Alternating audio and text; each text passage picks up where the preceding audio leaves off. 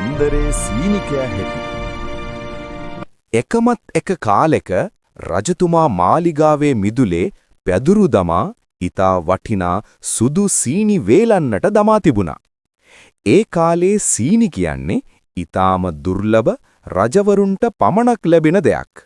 මේ අතරවාරයේ අන්දරේ මාලිගාවට පැමිණියා. මිදුලේ සුදට සුදේ වේලෙන්නට දමා තිබෙන දේ දැකපු අන්දරේට පුදුම හිතුණා. ප්‍රභූන් වහන්ස මේ පැදුරේ දාලා තියෙන සුදු පාට දේවල් මොනවද? රජතුමාට හිතුණා අන්දරේට ඇත්ත කිව්වොත් එයා මේ ටික කාවි කියලා. ඒ නිසා රජතුමා බොරුවක් කිව්වා. අන්දරේ ඕව කන්න පුඩුවන් දේවල් නෙවෙයි. ඕවට කියන්නේ වැලි කියලා. මාලිගාවේ මිදුලට දාන්න ගෙන්වපු විශේෂ සුදු වැලි జాතියක්. අන්දරේට තේරුණා රජතුමා මේ බොරු කියන්නේ සීනි ටික තනියම කන්න කියලා. හොඳයි එහෙනම් මම පාඩමක් උගන්වන්නම් කියලා හිතාගෙන අන්දරේ ගෙදර ගියා. අන්දරේ තමන්ගේ පුතාට කතා කරලා මෙහෙම කිව්වා. පුතේ මම මාලිගාවට ගියාම උඹ හොඳටම අඬාගෙන කෑ ගහගෙන මාලිගාවට දුවගෙන වරෙන්. ඇවිත් කියපන් අනේ අප්පච්චියේ අපේ අම්මා මැරුණා කියලා.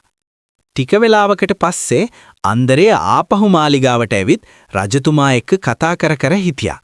ඔය අතරේ අන්දරේගේ පුතා අර කිව්ව විදිහටම කෑ ගහගෙන අඬාගෙන මාලිගාවට දුවගෙන ආවා. අනේ අප්පච්චියේ අපේ අම්මා හිටි හැටියෙම මැරුණා.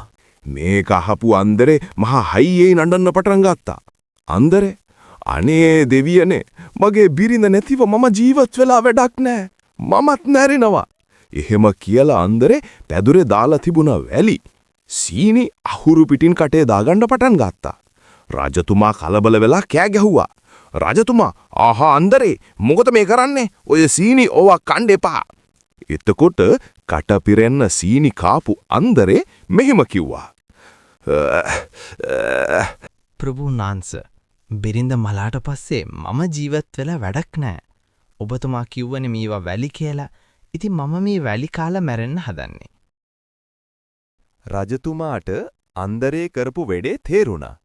රජතුමා hina වෙලා අන්දරේගේ නුවණ අගය කළා වගේම අන්දරේගේ බිරිඳ මැරිලා නැහැ කියලත් රජතුමාට තේරුම් ගියා.